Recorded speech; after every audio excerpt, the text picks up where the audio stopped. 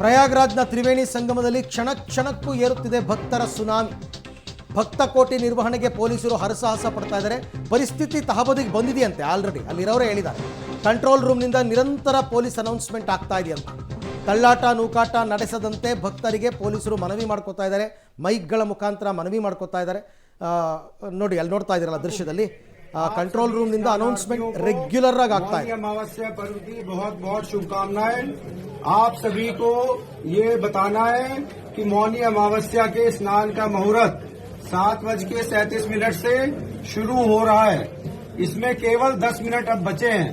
आप सभी लोग अपने अपने स्थान से उठ के गंगा घाटों पे प्रस्थान करें और स्नान करके जल्दी स्नान करके अपने अपने गंतव्यों को प्रस्थान करें।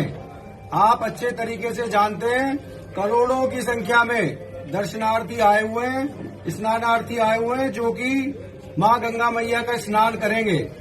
आप लोगों को जल्दी स्नान करके उन्हें भी सकुशल स्नान का मौका देना चाहिए। इसीलिए आप घाटों पे रात को ना सोएं, स्नान करें और जल्दी निकलते रहे घाटों से। गंगा मैया के बहुत सारे घाट बने हुए हैं। आप जिस घाट के करीब हैं आप वहीं पे स्नान करें। पूज्य संतों ने सभी घाटों के लिए आप लोगों से अपील की है कि सभी घाटों पे आप जिसके जहां पे करीब हैं वहीं पे स्नान करें। मेला प्रशासन, पुलिस प्रशासन आप लोगों के सहयोग के लिए है, आपको समय समय पे जानकारी देता रहेगा। सारी ट्रैफिक व्यवस्था जो हम लोग आपको समय समय पे बता रहे हैं, जो हमारे मार्ग हैं अलग अलग, उन पर एकल व्यवस्था लागू है।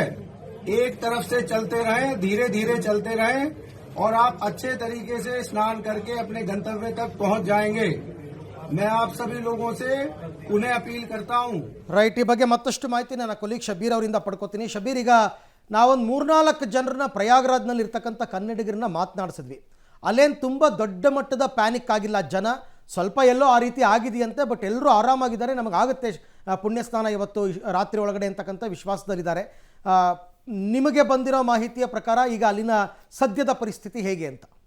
ಅರವಿಂದ್, ನೋಡಿ, ಈ ಕಾಲ್ತುಳಿತ ಘಟನೆ ಸಂಭವಿಸಿರುವಂತದ್ದು ರಾತ್ರಿ 2 ಗಂಟೆಯ ಸಂದರ್ಭದಲ್ಲಿ. ಇದಕ್ಕೆ ಮುಖ್ಯವಾದಂತ ಕಾರಣಗಳು ಕೂಡ ಇದಾವೆ.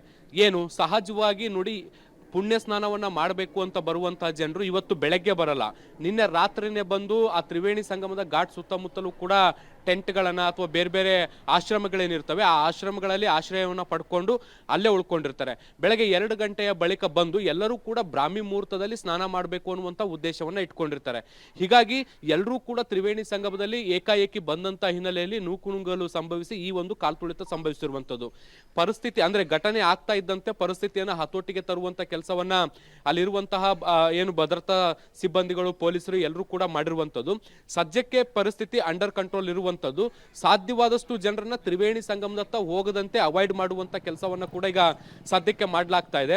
ನಾನು ಆಗ್ಲೇ ಹೇಳಿದಂತೆ ತ್ರಿವೇಣಿ ಸಂಗಮವನ್ನ ಹೊರತುಪಡಿಸಿ ಬೇರೆ ಬೇರೆ ಪ್ರದೇಶಗಳಲ್ಲಿ ಸುಮಾರು 12 ಕಿಲೋಮೀಟರ್ ಉದ್ದದಷ್ಟು ಘಾಟ್ಗಳನ್ನ ಕೂಡ ಪ್ರತ್ಯೇಕವಾಗಿ ನಿರ್ಮಾಣ ಮಾಡಲಾಗಿದೆ. ಆ ಘಾಟ್ಗಳಲ್ಲಿ ಸ್ನಾನ ಮಾಡಿ ಅನ್ನುವಂತ ನಿಟ್ಟಿನಲ್ಲಿ ಮನವರಿಕೆ ಮಾಡಿಕೊಡುವಂತ ಕೆಲಸವನ್ನ ಕೂಡ ಮಾಡಲಾಗ್ತಾ ಇದೆ. ಎಕ್ಸಾಕ್ಟ್ ಆ ತ್ರಿವೇಣಿ ಸಂಗಮನ ಪಾಯಿಂಟ್ ಏನಿದೆ ಅಲ್ಲಿಗೆ ಯಾರು ಬರಬೇಡಿ ಅನ್ನುವಂತ ನಿಟ್ಟಿನಲ್ಲೂ ಕೂಡ ಮನವಿಯನ್ನ ಮಾಡ್ಕೊಳ್ಳಲಾಗ್ತಾ ಇರುವಂತದ್ದು. ಯಾರು ಈಗಾಗಲೇ ಆ ತ್ರಿವೇಣಿ ಸಂಗಮದ ಸುತ್ತಮುತ್ತಲಿನ ಪ್ರದೇಶಗಳಲ್ಲಿದ್ದಾರೆ ಅವರು ಸ್ನಾನ ಮಾಡಿ ತೆರಳಲಿಕ್ಕೆ ಅವಕಾಶವನ್ನ ಮಾಡಿ ಈಗ ಕೊಡ್ಲಾಗ್ತಾ ಇರುವಂತದ್ದು. ಆದ್ರೂ ಹೊಸದಾಗಿ ತ್ರಿವೇಣಿ ಸಂಗಮಕ್ಕೆ ಜನರು ಬರಲಿಕ್ಕೆ ಸದ್ಯಕ್ಕೆ ಅವಕಾಶವನ್ನ ಮಾಡಿಕೊಡ್ತಾ ಇಲ್ಲ.